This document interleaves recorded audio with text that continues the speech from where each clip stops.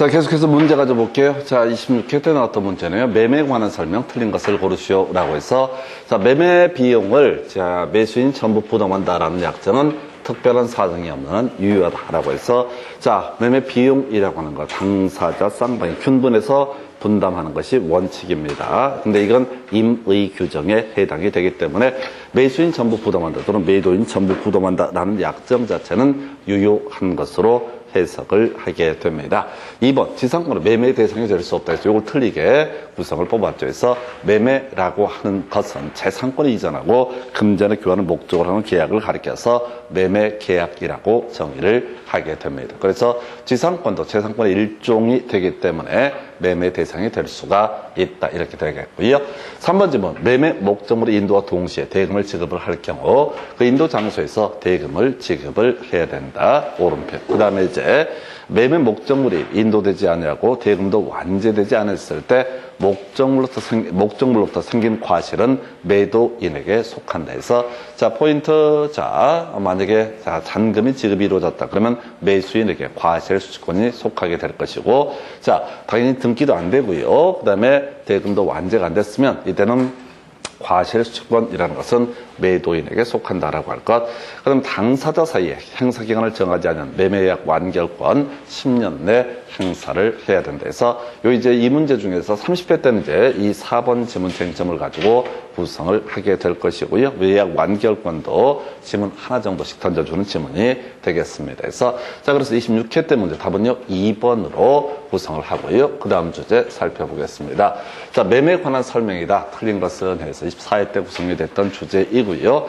측량 비용, 등기 비용, 담보권 말소 비용 등 매매 계약에 관한 비용은 특별한 사정이 없으면 당사자 쌍방이 균분해서 부담한다 해서, 자, 뒤쪽은 맞는데요. 이때, 자, 측량 비용이라고 하는 것은 매매 계약에 관한 비용이 될 것이고, 등기 비용은요, 매수인이 부담하는 비용이 되게 됩니다. 한편, 자, 저당권과 같은 담보권 말소 비용이라고 하는 것은 이것은 매도인이 정리를 해줘야 되죠. 그래서 이 중에서 등기 비용이라든가 담보권 말소 비용이라고 하는 것은 매매 계약에 관한 비용이 되지 않는다. 이렇게 전제 상당히 까다롭게 나왔던 주제가 되겠고, 자, 요 얘기할 때 우리 이제 앞에서 공부했던 거, 자, 그 얘기 한번 있었죠. 뭐가 있었냐면 위험부담의 법리라고 하는 주제가 있었고요.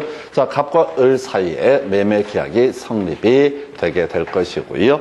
자, 이때 매매 계약이 성립이 됐다라고 전제가 됐을 때 이슈가 됐던 것 중에 뭐가 있었냐면은, 자, 이행기 전에 후발적 불능 상태에 이르게 됐을 때, 자, 이거 누가 책임을 질 거냐라고 했을 때 매도인이 잘못을 해서 후발적 불능. 자, 매도인이 X 건물을 을에게 매도하기로 계약을 체결하고 한 상태에서 이행기 전에 매도인의 과실로 인해서, 고의로 인해서 화재가 나서 건물이 홀라당 타버리게 되면 이때는 매수인은 매도인에 대해서 해제권, 계약 해제권 행사할 수 있을 테고요. 손해배상도 청구할 수 있다. 이게 이제 바로 채무 불이행에 따른 계약 해제의 문제고요.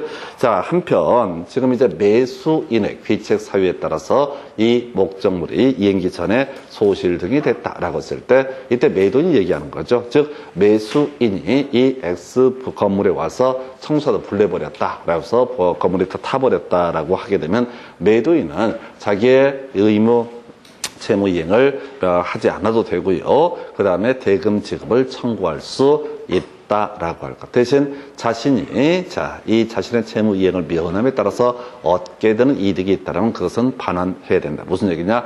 만약에 특약을 넣었어요. 등기 비용을 매도인이 부담을 하기로 약정을 했던 사안이다. 근데 매수인이 와서 홀라당 불을 내버리게 되면은 이때는 이 매도인의 입장에서는 소유권 이전기를 해줄 수가 없는 건 별개의 문제로 최소한 등기 비용 등은 누가 매도인이 부담을 해야 된다. 이런 식의 논리구조. 자신의 채무를 면함에 따라서 얻게 되는 이득은 매수인에게 반환해야 된다. 이런 것도 있었죠. 자, 지금 이제 이 매수인의 수령 지체 중에, 즉 등기를 받아가지고 한 날이 5월 10일이야. 근데 5월 11일 날 등기를 안 받아가고 있는 상태에서 5월 11일 날 양 당사자에게 책임 없는 사유로 인해서 목적물이 소실되게 된다. 그러면 이제 똑같은 논리구조. 매수인 잘못이니까 매도인은 자기의 매매계 의무 이행을 면하게 될 것이고 대금 지급을 청구할 수 있다. 다만 이때 자신의 의무를 면함에 따라서 얻게 되는 이득에 대해서는 매수인에게 반환을 해야 된다. 이런 얘기 있었고요. 마지막 주제, 양 당사자에게 책임 없는 사유로 인해서 이행 불능의 상태에 이르게 된다라고 해서 두 사람 다 잘못 없어요. 그런데 이 목적물이 화재로 소실되게 된다. 지진으로 붕괴가 되게 된다라고 했을 때 이때 지금 이제 매도인의 경우에는 자신의 채무 이행을 의무를 면하게 될 것이고 상대방의 반대급부를 청구할 수 없다. 근데 받았던 계약금이라고 하는 것을 다 반환해야 된다라고 하는 거. 이런 얘기. 이에 비해서 매수인 입장에서는 소위 대상 청구권이라고 해서 계약의 유효를 주장하면서 일정한 지급, 대금을 지급하고 그 사람이 받게 될 수용 보상금, 화재 보험금의 반환을 청구할 수 있다. 이게 이제 소위 대상 청구권에 얘기해서 자, 옆으로 좀 셌었고요. 이런 것을 가리켜서 위험 부담의 법리라고 얘기를 합니다. 자, 다시 돌아가서 자, 매매 목적물의 인도 동시에 대금을 지급할 때 특별한 사정이 없으면 그 인도 장소에서 대금을 지급해야 된다. 별 문제 안 되겠고요. 자, 매매 일방 예약. 자, 상대방의 매매를 완결할 의사를 표시한 때 매매로서의 효력이 생긴다라고 해서 아까 설명드렸던 주제. 그리고 예약 완결권 몇 년? 10년이라고 하는 거에서 24회 때는 예약에 따른 효력 발생에 대해서 설명을 했고 26회 때는 예약 완결권 10년이라고 하는 거 10년 지나면 예약 완결권이 소멸하기 때문에 그 후에 예약 완결에 따라서 소유권 이전기를 넘겨받았다 할지라도 소유권 취득할 수 없다. 그런 얘기 나오겠고요. 자, 당사자 사이에 약정이 없으면 계약금은 해약금으로 추정을 하게 된다. 별 문제 안 되겠고요. 계약금 계약은 매매 계약의 종된 계약이고 요물 계약이다. 그래서 계약금의 교부가 이루어지지 않게 되면 계약금 계약은 성립하지 않는다라는 주제에서 자, 이 문제 답은요 1번 조금 어렵게 이슈를 삼아낸 사례가 되겠습니다. 그래서 이렇게 보셨고요. 그 다음 문제 보겠습니다. 자, 지금 이제 30회 때 문제. 그래서 지금 이제 매매에 관해서는 지금 이슈 자체가 24, 26, 30 이런 식으로 구성이 됐었고요. 30회 문제가 조금 까다로웠어요. 갑은 그 소유 엑스토지에 대해서 을과 매매 계약을 체결하였다. 다음 설명 중 틀린 것은 이렇게 되어 있습니다. 그래서 자, 엑스토지가 인도되지 않고 대금도 완제가 되지 않았으면은 이때는 자, 을은 인도 의무 지체로 인한 손해배상을 청구할 수 없다. 무슨 얘기냐면 매수인 을이라는 사람은 해지할 수 없고요. 손해배상도 청구할 수 없다. 왜? 자기의 채무를 이행하지 않았기 때문에. 우리가 앞에서 매매 계약에 따라서 매수인이 대금 지급을 하고 매도인 등기를 넘겨주는 것은 달리 특약이 없는 한 동시 이행의 관계에 있다. 그래서 자신의 채무도 이행하지 아니한 상태니까 이제는 상대방의 채무 불이행을 원인으로 하는 계약 해제 등은 문제가 되지 않는다. 이렇게 해석을 합니다. 2번, 을이 대금 지급을 거절할 정당한 사유가 있을 때 엑스토지를 미리 인도받았다라고 할지라도 그 대금에 대한 이자를 지급을 할 의무는 없다. 좀 어려울 수 있는 주제. 일단 유보. 3번, 엑스토지가 인도되지 않았다면 특별한 사정이 없는 한 을이 잔대금 지급을 지체해도 손해배상 청구를 할 수 없다 해서 이것도 같은 맥락 동시 이행의 항변권이라는 거. 자, 그 정도고요. 4번 엑스토지를 아직 인도받지 못한 을이 미리 소유권 이전 등기만 격려받았다라고 할지라도 매매 대금을 완제하지 않는 이상 엑스토지에서 발생하는 과실은 갑에게 귀속이 되게 된다 해서 등기를 넘어가서 소유권을 취득한 걸로 보여지지만은 자신의 채무를 이행하지 않았기 때문에 과실수취권은 발생하지 않는다. 그래서 우리가 앞에서 이제 과실수취권은 딱 한 가지만 이슈를 삼았었죠. 매수인이 잔금을 모두 지급을 했을 때 등기가 되고 말고의 문제는 별개의 문제로 과실수취권은 누구한테? 매수인에게 귀속이 되게 된다 해서 5번인가요? 엑스토지가 인도되지 않았다면 을이 대금을 완제했다 할지라도 특별한 사정이 없는 한 엑스토지에서 발생하는 과실은 갑에게 귀속되게 된다 해서 얘기 길게 돼 있는데 딱 한 가지만 기억을 하자고 그랬다. 매수인이 대금을 완제하게 되면 뭐 등기가 되고 말고는 별개의 문제로 과실수취권이라고 하는 것은 누구한테? 매수인에게 귀속이 되게 된다. 이렇게 정리를 합니다. 그래서 답은 5번. 상당히 까다로워서 답은 되게 간단한 주제인데 나머지 동시이행의 항변권 등을 가지고 문제 구성이 어렵게 구성이 됐습니다. 그래서 실질적으로 우리가 쉽게 이제 알 수 있는 것은 5번 지문 하나예요. 다시 한 가지만 가십시다. 자, 지금 매수인 잔금을 모두 지급했다라고 전제가 되게 되면은 이때 매수인 잔금을 모두 지급했다고 치면은 과실수취권이라는 것은 누구한테? 매수인에게 귀속이 되게 된다라고 해서 답은 간단한데 나머지 이슈들이 상당히 까다롭게 구성이 된 사례가 되겠습니다. 그래서 자 지금 24, 26, 28회 이렇게 24, 26, 그 다음에 30회 이렇게 구성이 된 사안이었었고요. 자, 요 정도 보셨습니다. 그 다음 주제 가지고 살펴보겠습니다. 자, 계약금. 자, 이 계약금에 관한 주제, 계약금, 계약 등에 관한 주제는 거의 100% 1년에 한 문제가 구성이 되게 되지요. 그래서 자, 계약금에 관한 설명, 옳은 것을 모두 고르시오라고 되어 있습니다. 그래서 자, 계약금은 별도의 약정이 없는 한 해약금으로서의 성질을 갖게 된다. 해서 오른표 계약금 계약이 성립하게 되면은 자, 이행기 전이다라고 전제했을 때 매도인은 배액상환, 매수인은 포기 등의 과정을 통해서 그 계약 자체를 어떻다 해제할 수 있다. 이걸 우리가 해약금 해제라고 부르게 됩니다. 그래서 배제 특약이 없는 한, 자, 계약금이라고 하는 것은 결국은 뭐로 본다? 해약금으로 보게 된다라고 하는 거 추정한다 해서 오른편. 매수인이 이행기 전에 중도금을 지급했을 때 매도인은 배액상환에서 계약을 해제할 수는 없다 해서 아까 세 가지 있었죠? 해제할 수 없는 해약금이면 계약 해제가 안 됐던 것. 계약금이 지급되지 않았을 때, 두 번째 배제 특약이 있을 때, 세 번째 중도금 지급이 있게 되면 어떻다? 해약금이면 계약 해제는 허용되지 않는다. 해서 뭐 지금 이행기 전이든 후든 중요한 게 아니고 중도금 지급이 이루어지면 어떻다? 해약금이면 계약 해제라고 하는 것은 허용되지 않는. 셋 중에 하나 얘기하고 있어요. 중도금 지급이 되면 어떻다? 해약금이면 계약 해제는 허용되지 않는다. 3번, 디귿번 매도인이 계약금의 배액을 상환해서 계약을 해제하는 경우 그 이행의 제공을 하면 족하고 매수인이 이를 수령하지 않더라도 공탁까지 할 필요는 없다 해서 자, 오랜만에 나왔던 좀 특수한 질문입니다. 해서 자, 일단은 이런 경우죠. 지금 매매 계약이 체결되고 계약금 계약도 성립이 됐습니다. 따로의 배제 특약도 없습니다. 그리고 나서 이행기 전입니다. 중도금 지급 전입니다. 그러면 매도인은 배액 상환하고 뭘 할 수 있다?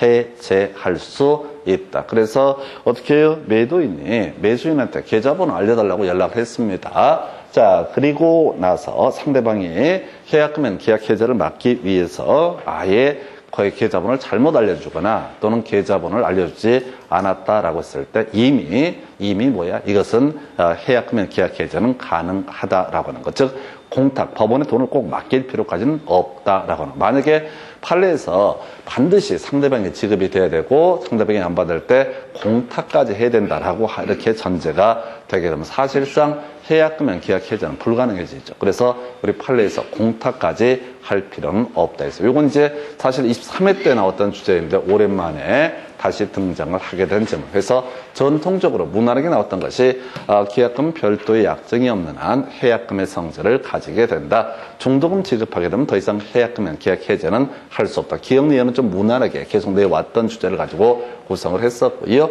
자, 세 번째 디귿. 이게 바로 문제를 통해서 외우게 됩니다. 그래서 자, 공탁하지 않더라도 자, 충분히 해약금연 계약 해제가 가능하다라고 해서 이렇게 해서 답은 5번으로 구성을 하게 됩니다. 그래서 하여튼 계약금 계약 문제는 거의 7년 동안 한 7문제 나올 거예요. 거의 도배하다시피 출제하는 그런 영역 중에 하나니까 줄줄줄 꿰셔야 됩니다. 그 다음 이슈가 될 것이 자, 지금 이렇게 가는 거죠. 자, 2014년 5월 1일 갑이 그의 건물을 을에게 매도하면서 같은 해 5월 10일 날 계약금을 받고 2개월 후에 중도금 잔금을 지급받기로 했다. 해서 1번 겁나 쉬운 얘기 나와 있죠. 틀린 것을 고르셔서 계약금 계약은 낙성 계약이 돼서 바로 치고 들어가죠. 유일하게 요물 계약으로 이슈를 삼았던 게 뭐가 된다? 계약금 계약이다. 이렇게 해석을 합니다. 유일하게 요물 계약. 해서 매매 계약도 교환 계약도 임대차 계약도 낙성 계약. 성락이 있으면 어떻다?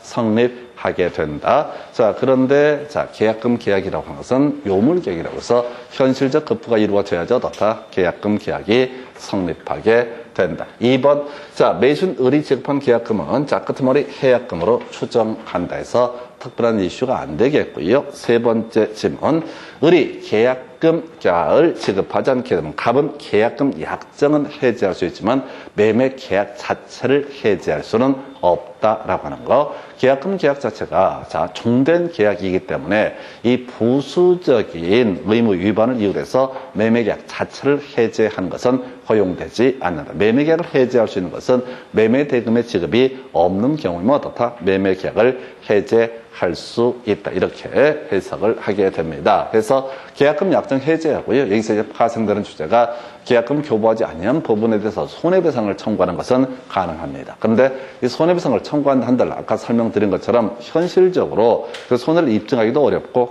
얻어낼 수 있는 손해배상금이라는 것 자체도 거의 미미할 것이기 때문에 사실상 의미가 없죠. 그래서 그 정도 최소한 주의하셔야 이렇게 계약금을 교부하지 않았다고 해서 매매 계약 자체를 해제할 수 있는 것은 아니다. 이렇게 가야겠고요. 그 다음에 을이 2014년 6월 10일 중도금을 지급하면 이제 더 이상 계약금연 계약 해제는 어떻다? 허용되지 않는다라고 하는 거. 그 다음에 2014년 7월 10일 중도금과 잔금을 지급했으나 갑이 이전 특기를 해주지 않게 되면 이제 을은 매매계약 자체를 다 해제할 수 있다. 해서 소위 채무 불이행에 따른 계약 해제 문제가 발생하게 될 것이고 해제권 행사는 만약에 상대방이 열어질 때 전원에 대해서 행사해야 되고요. 원래 최고라는 과정을 거쳐야 되는데 이행불능이라든가 혹은 뭐가 있었지? 저런 것도 하나 존재했었죠. 이행불능의 문제하고 또 하나가 지금 이제 정기 행위 등에 있어서는 굳이 최고라는 과정을 거치지 않고도 뭘 할 수 있다? 바로 해제할 수 있다. 해서 원자 계약 해제가 이루어지게 되면 소급해서 법률 행위로서 효력이 소멸하게 될 테고 받았던 돈들이 있으면 서로 이자까지 쳐서 다 지급을 해야 된다. 그 외에 해제권을 행사한 사람은 손해배상도 청구할 수 있다. 이런 스토리로 가게 됩니다. 그래서 이 문제는 너무 쉽게 이제 구성이 됐던 주제. 계약금 계약은 유일한 요물 계약, 현실적 급부가 이루어져야지 성립하는 것이지 계약금을 교부하겠다는 의사표시만으로 그 계약금 계약 자체가 성립하는 것은 아니다. 해서 아주 쉬웠던 문제였었고요. 그 다음 주제 보겠습니다. 자, 지금 보면 갑은 다시나 X부동산에 관해서 매매대금 3억 계약금 3천으로는 계약을 을과 체결했다 해서 자 지금 상태에서 보면 계약금 계약 성립했고 계약금 약정 성립했고요. 그 다음에 매매 계약은 성립한 상태이다 해서 1번 질문이요. 자 을이 계약금 전부를 지급하지 않게 되면 계약금 계약은 성립하지 않는다. 옳은 표현. 계약금 일부만 지급했다고 해서 일부 계약금 계약이 성립하는 것은 아니다. 해서 이게 이제 앞에 얘기했던 요물 계약이라는 개념을 달리 표현을 하고 있는 케이스. 2번 을이 계약금을 지급했다 할지라도 정당한 사유 없이 잔금 지급을 지체하면 갑은 해제하고 손해배상을 청구할 수 있다. 좀 어렵죠. 중간에 해제하고라는 말 자체가 빠져있죠. 해서 중도금 등을 잔금을 지급하지 않는다. 그러면 이건 계약금에 의한 계약금연 계약 해제가 아니라 채무 불이행에 따른 계약 해제 문제로 넘어가고 채무 불이행에 따른 계약 해제에 있게 되면 모두 가능하다. 손해배상도 청구할 수 있다. 이렇게 가게 됩니다. 자, 세 번째 갑과 을 사이의 매매 계약이 무효이거나 취소가 되더라도 계약금 계약의 효력은 소멸하지 않는다. 틀렸죠? 계약금 계약은 매매 계약의 종된 계약이기 때문에 매매 계약이 나가리가 되게 되면 어떻다? 그대로 효력을 잃게 된다. 3번을 틀리게 구성이 됐습니다.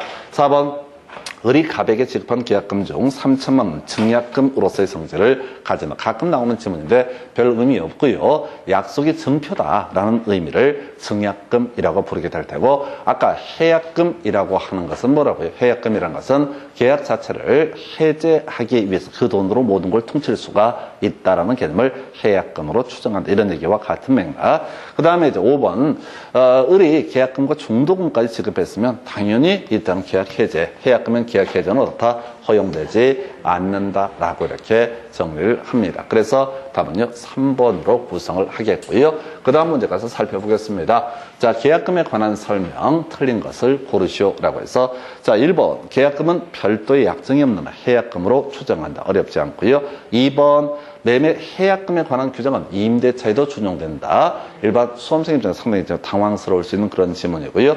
자, 우리 앞에서 매매 계약은 뭐가 됩니다.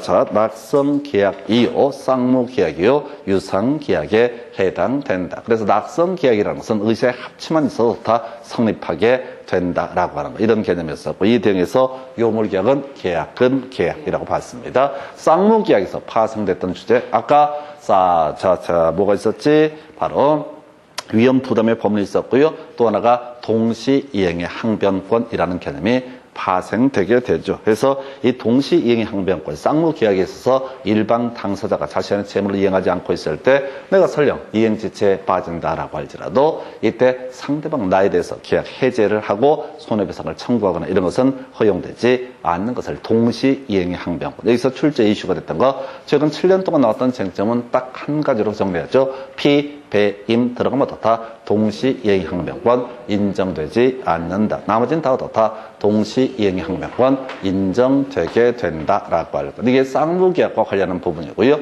한편 유상계약에서는 뒤에서 논 얘기를 매도인의 담보책임 이런 주제와 같이 연결이 되게 됩니다. 그래서 지금 매도인의 담보책임이나 이런 내용들, 해약금에 관한 조항 이런 것들은 매매 유상계약에서 적용하고 있는 것이고요. 그 외 임대차 계약, 교환 계약에 대해서도 이런 해약금이 뭐니 이런 조항은 같이 준용하게 된다. 이런 얘기인데 시험 볼 때 좀 2번은 좀 까다롭게 느껴지겠고요.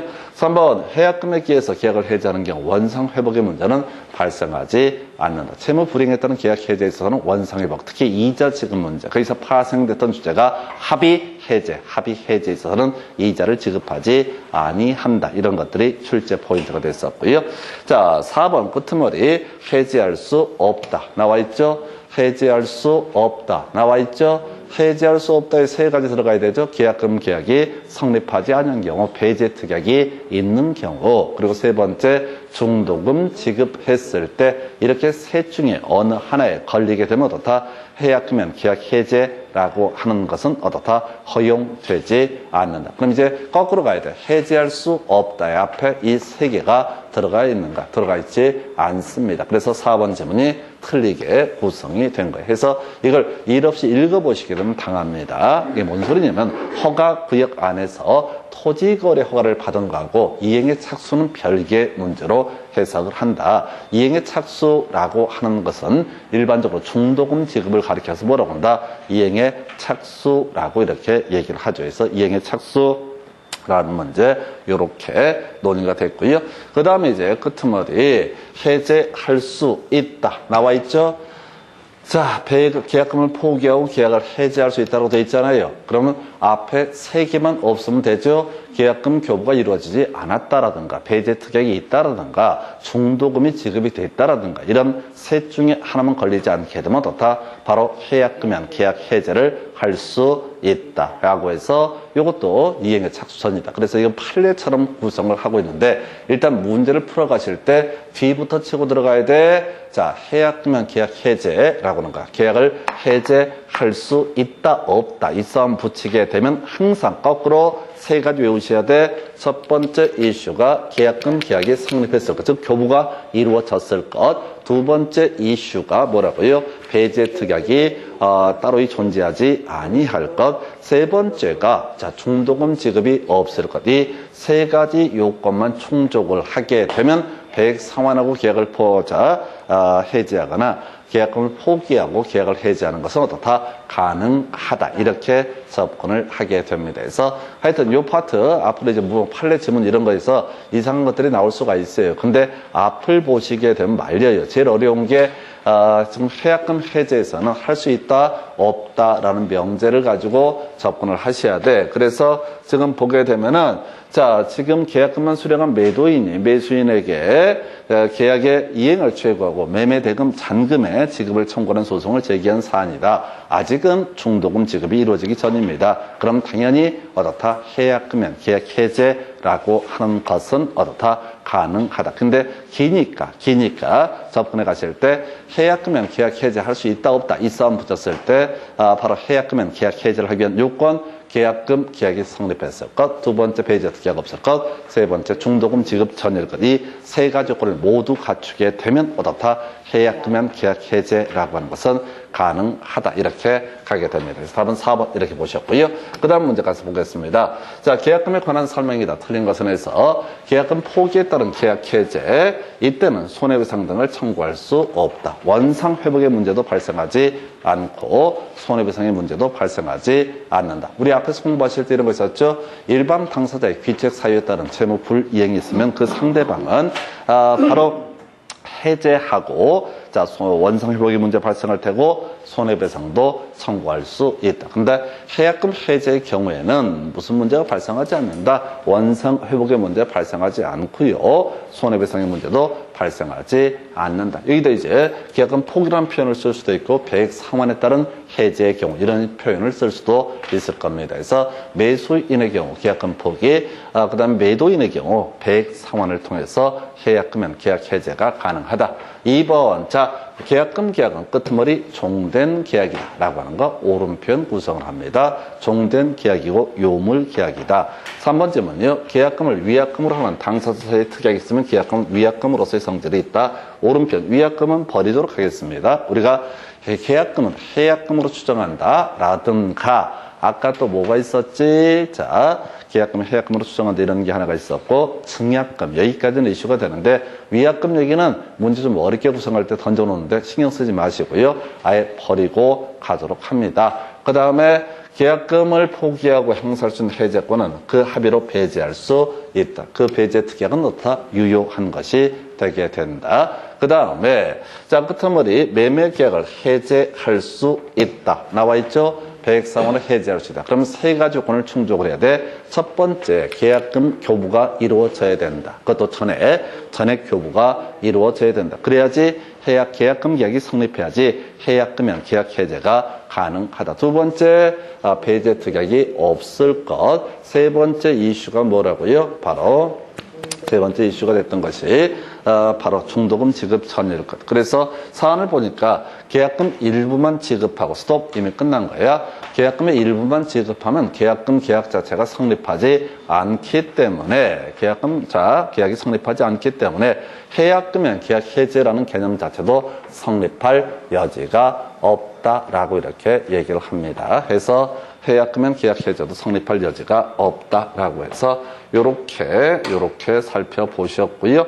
해서 지금 답은 몇 번? 5번 이렇게 구성을 합니다. 그래서 상당히 길게 나오죠. 아까 문제도 마찬가지였었고요. 뒤를 먼저 보셔야 돼. 해제할 수 있다 없다. 이 싸움을 먼저 보시게 되면은 세 개를 떠올리셔도 힘들지만은 모든 문제를 풀어가실 때 뒤에 해제할 수 있다 없다. 이 싸움을 먼저 봐야 된다고요. 해제할 수 있다라고 하려면 세 개가 다 완성이 돼야 돼. 먼저 계약금의 교부가 이루어져야 되고 두 번째 중도금 지급 전이고 배제 특약 없을 것 이런 요건을 모두 갖추게 되면은 어떻다? 더 이상 해제할 수 자 이때 세 가지 요건을 지급 전이면 세 가지 요건을 갖추면 해약금면 계약 해제가 가능하다라고. 근데 이 문제에서는 해제할 수 있다라고 되어 있는데 계약금의 일부만 지급을 했다. 그럼 계약금 계약 자체가 성립하지 않았기 때문에 해약금면 계약 해제라고 하는 것도 다 허용되지 않는다. 이렇게 갑니다. 그래서 거꾸로 치는 훈련들이 필요해서 문장이 길어지게 됩니다. 그러면 자꾸 세 가지 공식 대입해서 접근을 하셔야 돼요. 그래서 자, 그 다음에 이제 검토 드릴 주제. 자, 갑은 자신의 토지를 을에게 매도하면서 계약금 수령한 후 중도금 잔금은 1개월 후에 지급받기로 약정을 했다. 틀린 것을 고르셔서 자, 갑을 사이에 계약금을 위약금으로 하는 특약도 가능하다 해서 위약금은 버리자고 그랬습니다. 위약금은 비우고 가자고 그랬습니다. 그 다음에 자, 끄트머리 종된 계약이다 라고 해서 옳은 표현 되겠죠. 그 다음에 이제 을은 중도금 지급 후에는 계약을 해제할 수 없다. 그럼 세 개 들어가야 되죠. 계약금 계약이 성립되지 않거나 중도금 지급을 했거나 또는 배제 특약이 있다면 어떻다? 해제할 수 없다. 여기서는 중도금 지급이 됐으니까 어떻다? 해제할 수 없다. 이렇게 가게 되는 거죠. 그 다음에 4번. 자, 을의 해약금 계약 해제권 행사를 해서 발생한 손해에 대해서 손해배상 청구할 수 있다. 이걸 틀리게 뽑았네요. 해서 해약금 해제가 있게 되면 자 원상 회복의 문제라든가 자 이렇게 채무 불이행에 따른 계약 해제와 마찬가지로 손해배상 청구 등은 어떻다 허용되지 아니한다라고 하는 거. 해서 자, 우리 채무 불이행에 따른 계약 해제에 있어서는 해제권 행사는 소급해서 그 법률행위 계약의 효력은 소멸하게 될 것이고, 그리고 나서 나왔던 것 중에 하나가 뭐가 있었지? 그리고 나서 이제 손해배상 청구도 가능하죠. 근데 해약금이란 계약 해제에 있어서는 원상 회복이나 손해배상의 문제는 어떻다? 발생하지 아니한다. 이렇게 해석을 하게 됩니다. 그래서 4번이라고 하는 것을 좀 틀리게 구성이 됐고요. 5번, 자, 그 약정을 했다면, 자, 그때는 해제권 행사할 수 없다. 해서 해제권 행사할 수 없다 앞에 3개 들어가야 되죠. 계약금 계약이 성립하지 않았다라든가, 즉, 교부가 이루어지지 않았다든가, 배제 특약이 있다라든가, 그 다음에 3번째 이슈가 중도금 지급했다거나 이런 셋 중에 하나의 요건을 갖추게 되면 해약금연, 계약 해제라고 하는 것은 허용되지 않는다. 그냥 맨날 똑같아요. 그래서 이 주제 원상 회복이라든가 손해배상 문제는 채무 불이행에 따른 계약 해제에서만 문제가 됐던 사안 되겠습니다. 해서 이렇게 원상 회복 청구는 없었고요. 그 다음에 손해배상 청구도 허용되지 않는다. 이렇게 갑니다. 자, 그 다음에 이제 검토 드릴 주제 이렇게 되어 있습니다. 매매 일방 예약 등에 관한 설명, 옳은 것은 다시 가겠습니다. 자, 예약 완결의 의사 표시를 하게 되면 이게 매매로서 효력이 발생하는 거, 이걸 매매 일방 예약이라고 부르게 될 것이다. 하나 더 기억하실 거, 예약 완결권이라고 하는 것, 10년의 제척 기간에 걸려서 10년의 기간이 경과되게 되면 이때는 예약 완결권 행사할 수 없다라고 할 거예요. 그래서 매매 일방 예약은 자, 두 사람 사이에서만 주장할 수 있는 권리이기 때문에 성립하는 것이기 때문에 이것은 뭐야? 바로 채권의 발생을 목적하는 계약, 채권 계약이 되게 된다. 중요치 않고요. 자, 옳은 것을 고르셔서 자, 자주 나왔던 질문 중에 하나가 매매 일방 예약은 채권 계약이다. 해서 자, 우리가 물권 계약과 채권 계약의 의미를 분석하면 이것이죠. 소유권을 이전해 주기로 하는 계약. 이건 이제 물권 계약이죠. 물권의 이전을 목표로 하는 거니까 이에 비해서 매매 일방 예약이라고 하는 것은 앞으로 자, 예약 완결권을 가지고 있는 사람이 예약 완결의 의사 표시를 하게 되면 매매 계약의 효력이 발생한다 해서 매매로서 효력이 발생하는 것이 목적이기 때문에 이게 바로 채권 계약의 문제가 된다 해서 물권의 이전이 목적이 아니라 매매 계약 성립 그 자체를 목적으로 하기 때문에 이것은 채권 계약에 해당된다. 별로 중요치 않아요. 자, 2번 질문. 매매 일방 예약은 상대방이 매매를 완결할 의사를 표시할 때 매매로서의 효력이 생긴다. 겁나 쉬운 주제를 가지고 답을 구성을 하게 됩니다. 그래서 다른 거 볼 것도 없어. 그냥 매매의 일방 얘기에서 가장 기초적인 개념이 예약 완결의 의사 표시를 하게 되면 매매로서의 효력이 발생하게 된다. 답 2번. 겁나 쉬웠어요. 그래서 지금 보면서 뭘 느껴야 되냐면 시험 볼 때 항상 그걸 하나 확신을 사서 봐야 돼요. 답은 겁나 쉽게 뽑는다. 근데 중간 질문들을 상당히 어렵게 구성을 하기 때문에 그저 답이 되는 주제를 최소한 한두 개씩은 외우고 들어가. 이게 나왔으면 우리가 앞으로 준비할 게 뭐라고요? 10년의 제척 기간 나오겠죠? 10년 후에 예약 완결권을 행사하게 되면 어떻다? 이것은 이제 무효, 의미가 없다. 그래서 예약 완결권 행사에 따라서 소유권 이전기를 넘겨받았다 한들 제척기간 도과가 된 상태에서는 소유권을 취득할 수 없다. 요게 이제 내릴 게 이거밖에 없습니다. 3번. 자, 예약 완결권을 행사 기간 내에 행사했는지에 대해서 당사자 주장이 없다면 법원이 이를 고려해야 된다. 즉, 이게 직권조사상입니다. 그래서 우리 앞에서 그런 거 있었죠. 동시이행의 항변권이라고 하는 것은 동시이행의 항변권이라는 개념은 이렇게 설명을 드린 바가 있습니다. 당사자가 소송 과정에서 제가 대금을 지급 안 하니까 내가 등기를 안 넘겨주지 라고 해서 당사자가 주장을 해야 될 사안에 비해서 예약 완결권이라고 하는 것은 벌써 10년이거든요. 그래서 이 예약 완결권이라는 것은 법원의 직권조사상으로 보게 됩니다. 근데 몰라. 실제 시험 볼 때는 만만치가 않아. 4번. 매매 예약이 성립한 후에 자, 상대방의 예약 완결권 행사 전에 목적물이 전부 멸실됐다. 그러면 당연히 자, 우리가 목적물이 멸실된 물권도 소멸해버리죠. 그러면 예약 완결권도 당연히 어떻다? 소멸하게 될 것이다. 그래서 뒤에 뭐 하나만 하는 얘기죠. 그래서 갑소유의 X 건물에 대해서 을이라는 임차인이 자, 예약을 해놓은 상태입니다. 앞으로 우선 매수권을 누구한테? 을에게 부여하기로 예약이 됐습니다. 자, 그런데 중간에 이 건물이 화재 등으로 지진으로 인해서 소실이 돼버렸다, 무너져 버렸다라고 하면 이때 와서 예약 완결권 자체는 아무런 의미를 가질 수가 없다. 해서 목적물 자체가 멸실되면 물권도 소멸했었고요. 당연히 채권도 다 소멸하게 될 것이다. 이렇게 봐야겠고요. 자, 예약 완결권 당사자 사이에 그 행사 기간을 약정하지 않은 경우 몇 년? 10년 내 행사를 해야 된다라고 되어 있죠. 앞으로 빨리 눈치를 채셔야 돼. 옳든 틀리든 출제 포인트 28회 때 예매매 일방 이야기 나왔잖아요. 그럼 앞으로 나올 수 있는 주제는 뭐밖에 없겠어요? 흐름상 10년 제척기간 지났을 때 예약 완결권 행사에 따라서 등기를 넘겨받았다라고 할지라도 좋다. 이때는 소유권 취득하지 못한다. 그거밖에 낼 게 없어요. 자, 지난번 문제랑 똑같이 낼 것 같으면은 뭐 문제가 단순해질 거고, 지금 28회 때 이제 구성이 됐었으니까 뭐 30회 때 다시 이 주제를 가지고 출제가 이루어지게 되면 낼 만한 거리 자체가 없습니다. 그냥 미리 마음의 준비하고 들어가셔야 돼요. 예약 완결권이라고 하면 10년의 제척기간 그 지나서 행사했을 때는 무효라고 하는 거 아예 외우고 들어가실 것, 그 정도고요. 그 다음 주제 가서 살펴보겠습니다. 자, 환매 등에 관한 설명 틀린 것을 고르시오에서 27회 때 구성이 됐네요. 자, 부동산에 관한 매매 등기와 동시에 환매권 보류를 등기하지 않더라도 제3자에게 대항할 수 있다. 겁나 유치한 얘기죠. 그래서 다시 갑시다. 갑이라는 사람, 예. 네. 그래서 갑이라고 하는 사람이 X 부동산을 을과 매매 계약을 체결을 합니다. 그래서 을 명의로 소유권 이전 등기가 이루어지게 됩니다. 이때 소유권 이전 등기를 할 때 뭐 돼야 된다고요? 환매 특약이라고 하는 것도 등기가 이루어져야지 어떻다.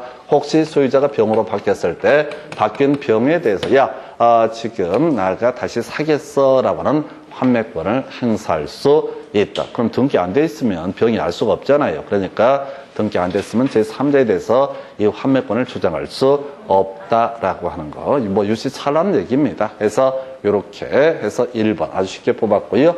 자, 환매 특약은 매매 계약과 동시에 해야 된다. 등기도 동시에 이루어져야 된다. 그래서 30회 때 등기법에서 자, 지금 매매에 따른 소유권 이전 등기 후에 이루어진 환매 특약의 등기 무효 이런 얘기를 하게 됩니다. 그래서 그렇게 보셨고요. 환매 기간 5년이라고 하는 거, 자, 큰 이슈가 되지 않을 것이고요. 그 다음에 자, 법정 지상권 발생하지 않는다. 오른편인데 신경 쓰지 마십시오. 해서 자, 관성 법정 지상권 얘기 한번 기억해 보겠습니다. 자세히 보지 마시고요. 법정 지상권이라고 하는 거, 토지와 건물이 동일한 소유에 속해 있다가 매매 등의 사유로 인해서 토지 소유자와 건물 소유자가 달라지게 됐을 때 건물 소유자가 등기를 안 하고도 자, 취득할 수 있는 권리, 이걸 관습상 법정 지상권. 그래서 관습상 법정 지상권의 문제는 논리 체계가 뭐라고요? 토지도 건물도 동일인에게 귀속이 됐을 때만 무슨 문제? 법정 지상권의 문제가 발생한다. 그래서 이건 이제 어떤 얘기냐면 환매 등기가 격려된 나대지, 자, X 토지를 누구한테? 을한테 팔았습니다. 그리고 환매 특약의 등기도 이루어져 있는 상태입니다. 그래서 자, 이 건물이 신축이 되게 됩니다. 누가 지었다는 얘기야? 을이 건물을 지었다는 얘기입니다. 그래서 환매권 행사를 해가지고 다시 갑이 찾아간다라고 했을 때 이때는 관습성 법정 지상권을 인정을 해버리게 되면 어떤 문제? 모순이 발생하잖아요. 그래서 애초에 이 환매라고 하는 개념은 돈 빌리면서 말입니다. 돈 빌리면서 어떻게 하겠다? 자, 확실히 채무를 변제하겠다. 이런 취지예요. 그래서 아예 그냥 나중에 청산이 뭐니나 싫으니까 돈 못 빌려주겠다라고 했을 때 완전히 소유권 이전기를 넘겨주는 형태. 그래서 이게 사실은 양도담보, 법리가 똑같은 거야. 유사한 개념이야. 양도담보는 채권자가 나중에 청산금을 지급하고 소유권 이전기를 일정한 절차를 거쳐야 되는데 비해서 환매권이라는 것은 먼저 소유권 넘겨주고 나중에 이 돈을 갚아서 다시 소유권을 찾아오는 제도이기 때문에 이런 의미를 가지고 있습니다. 그렇다 치고 그래서 이때 이때는 토지도 을 소유가 맞습니다. 건물도 을 소유가 맞습니다. 근데 여기다 관습상 법정지상권을 인정을 해버리게 되면 이 환매권 행사하는 사람이 상당히 당황스러운 처지에 속하게 됩니다. 그래서 우리 판례에서는 이들은 관습상 법정지상권 인정되지 않는다. 근데 이게 몰라도 사실은 이런 1번 지문 유치살라는 거 가지고 답을 뽑아낼 수가 있어야 돼요. 그 다음에 이제 환매대금에는 매수인이 부담한 매매 비용 등을 모두 포함한다. 이 사람이 이 부동산을 사면서 등기 이전 병인이 뭐니 이런 것들 지불했다라면 매매대금에 이런 비용도 모두 지급을 해야지 환매권 행사를 할 수가 있다라고 합니다. 매초에 이제 금액을 특정을 했으면 좋을 텐데 그런 특약을 맺지 않았다. 그러면 이제 매매 비용 모두 포함해서 기존에 매도인이라는 사람이 지급을 하면 환매권 행사를 통해서 다시 소유권을 되찾을 수가 있다. 이런 식의 구조. 그래서 요거 이제 간단한 주제예요. 그리고 30회 때 등기법에서 매매를 원인으로 하는 소유권 이전 등기 후에 환매 특약의 등기가 이루어졌을 때, 그 뒤에 있는 환매 특약의 등기는 무효라고 하는 거. 환매하고요, 환매 특약하고 매매는 동시에 이루어져야 된다라고 하는 거. 요렇게 정리를 하게 됩니다. 그 정도 보시고 그 다음 주제 살펴보게 되면 부동산 매매에 있어서 환매 특약을 한 경우 등에 관한 설명 틀린 것을 문제를 한번 분석해 볼까요? 27회 때하고요 30회 때 환매 특약 얘기가 나오게 됩니다. 그리고 아까 26회 때인가 나왔던 것이 매매 일방 예약 있었고요. 중간에 지문 한두 개 구성이 됐습니다. 그럼 31회 때 문제는 보나마나 거의 유력한 게 매매 일방 예약이라고 하는 거예요. 이게 이제 거의 유력한 지문으로 보여지게 됩니다. 그래서 지금 가볼까요? 1번 매매 등기하고 환매 특약 등기가 격려가 된 이유. 우리가 등기를 마쳤던 얘기를 격려됐다 이런 표현을 쓰게 됩니다. 부동산의 매수인은 그로부터 다시 매수한 제3자에 대해서 환매 특약의 등기 사실을 들어서 소유권 이전 등기 절차 이행을 거절할 수는 없다 해서 가보겠습니다 해서 갑이라고 하는 사람이 X 부동산에 대해서 을과 매매 계약을 체결하고요. 이때 이전 등기를 해주게 될 것이고 그리고 또 하나 환매 특약이라고 하는 것도 하게 됩니다. 이렇게 이제 세팅이 되고 그리고 을이 병한테 이 부동산을 매매 계약을 체결합니다. 현재 소유자 누굽니까? 을이 소유자가 되게 됩니다. 그러면 당연히 을한테 대금 받았으면 병한테 대금을 받았으면 을은 어떻다? 소유권 이전 등기를 해줄 의무를 지게 된다라고 하는 거. 환매 특약이 등기가 되어 있는 상태에서 병한테 소유권 이전 등기를 하면 갑이 병한테 뭘 하면 되는 거예요? 환매권 행사를 하면 될 것이다. 그래서 당연히 환매 특약이 됐다고 해서 여기서 소유권 이전을 할 수 없다거나 이런 것은 아니다 해서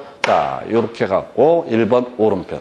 환매 기간 연장하지 못한다라고 하는 5년이었었고요. 연장하는 것은 허용되지 않습니다. 비교해서 들어주실 만한 것이 공유물의 불분할 특약이라고 하는 것이 있겠고요. 이 공유물 불분할 특약이라고 한 것은 5년까지 인정됐었고요. 공유자 전원이 동의를 하게 되면 다시 갱신하는 것도 가능하다 해서 환매권 행사, 환매 기간은 연장할 수 없지만 공유물 불분할 특약이라는 것은 갱신도 할 수가 있다. 이렇게 갑니다. 그 다음에 이제 매도인의 환매기간 내에 매도인이 환매기간 내에 환매의사 표시를 하게 되면 그는 환매에 의한 권리 취득을 등기를 하지 않더라도 부동산을 가압류 집행한 자에 대해서 권리 취득을 주장할 수 있다. 요걸 틀리게 더럽게 이렇게 나왔어. 환매권 행사 내가 다시 찾아오겠다라고 해서 갑시다. 갑이 을한테 환매 특약에 등기를 넣어서 소유권 이전 등기를 해준 상태입니다. 그럼 현재 소유자 누굽니까? 을이 소유자가 되게 됩니다. 을이 소유자가 되게 됩니다. 그랬을 때 갑이 환매권을 행사할래 라는 의사 표시를 했다고 해서 바로 이 부동산의 소유권이 갑에게 다시 복귀가 되는 것이 아니라 뭘 먼저 해야 된다? 소유권 이전 등기를 해야지 결과적으로 갑은 X 부동산의 소유권을 취득할 수 있다. 근데 이 상황 하에서 중간에 누가 갑을병정이라는 사람이 을한테 돈 받을 게 있어가지고 가압류 집행을 하고 있다. 경매를 붙여버린 그런 사안이다라고 전제를 하게 됩니다. 그러면 아직 갑은 소유권 취득 못했으니까 새로운 가압류 집행한 자에게 자신의 권리를 주장할 수 없다라고 하는 거예요. 그래서 상당히 요걸 이제 틀리게 구성을 했고 어려웠던 문제. 자, 전통적으로 내지 않아 왔던 주제를 가지고 구성을 해서 다시요. 환매권 행사, 의사표시를 한다고 해서 바로 소유권을 취득하는 것이 아니라 환매권 행사를 원인으로 해서 소유권 이전 등기까지 이루어져야지 어떻다. 바로 이 사람 갑은 소유권을 취득할 수 있다. 그 와중에 가압류 이런 것들 아무 상관없죠. 그냥 그대로 아직은 등기하기 전이면 그대로 권리가 진행이 됩니다. 이 가압류하니까 생각나는데 우리 채무 불이행에 따른 계약 해제라고 하는 거 요런 거 있었죠. 자, 그래서 계약 해제가 됐을 때 해제권 행사 전에 완전한 권리를 취득한 사람, 이 사람은 어떻다? 보호받는 계약 해제 소급표부터 보호받는 제3자에 해당이 된다. 기억 한번 해볼까요? 이런 거 있었죠. 가등기 할 때 가 있었죠. 가등기, 가압류할 때 압자 있었죠. 그 다음에 소유권 예자, 대항력도 하나 나왔었다. 대항력을 갖추게 되면, 그리고 마지막에 등기까지 완전히 넘겨받게 되면서 가압대등 이렇게 외우시면 돼. 가압대등 해서 자, 가등기를 마치는 사람은 완전한 권리를 취득한 것이다. 가압류 집행한 사람도 다 완전한 권리를 취득한 사람이다. 대항력을 갖춘 사람, 주임법상 대항력 이런 것들이 예시가 되는데 자, 대항력을 갖춘 사람도 완전한 권리를 취득한 사람이다. 그리고 일반적 소유권 이전 등기를 격려한 자다 등 해서 가압, 대등 이 네 명은 해제권 행사 중에 행사 전에 가압, 대등의 요건을 충족을 하게 되면은 완전한 권리를 취득한 사람이다. 해서 다시 갑시다. 가, 그 다음에 압, 그 다음에 대, 등이라고 해서 가등기, 가압류 집행한 자, 대항력을 갖춘 자, 등기를 넘겨받은 사람. 그래서 항상 이제 완전한 권리를 취득한 사람 아닌 이슈로서 신축 건물을 매수한 사람은 등기했단 말이 없기 때문에 그 사람 완전한 권리를 취득한 사람이 아니다라고 해서 자, 계약 해제 소급표로부터 보호받을 수 있는 제3자. 자, 4명 있었습니다. 완전한 권리를 취득한 자, 가, 압, 대, 등 이렇게 4명 외우셔야 돼. 해서 동시이행 항변권 부인됐던 것이 피배임 이런 식으로 외웠던 것이고 가압, 대등 이렇게 4명, 가압, 대등 이 4명, 가압, 대등 이 4명이라고 하는 것은 완전한 권리를 취득한 자이다 해서 한번 들어두시고 돌아서면 잊어먹고 환매 특약은 매매 계약과 동시에 이루어져야 된다 해서 오른편에서 답을 좀 특이한 걸 가지고 구성했어요. 사실 풀기 어려웠던 답을 맞추기가 대단히 까다로웠던 근데 나머지 지문들은 어떻다고요? 비교적 간단하게 구성이 됐다. 다시 정리합니다. 환매라고 하는 거 소유권 이전 등기를 함에 있어서 매수인 명의로 이전 등기가 넘어가고 그래도 환매 특약의 등기 동시에 이루어져야 되고요.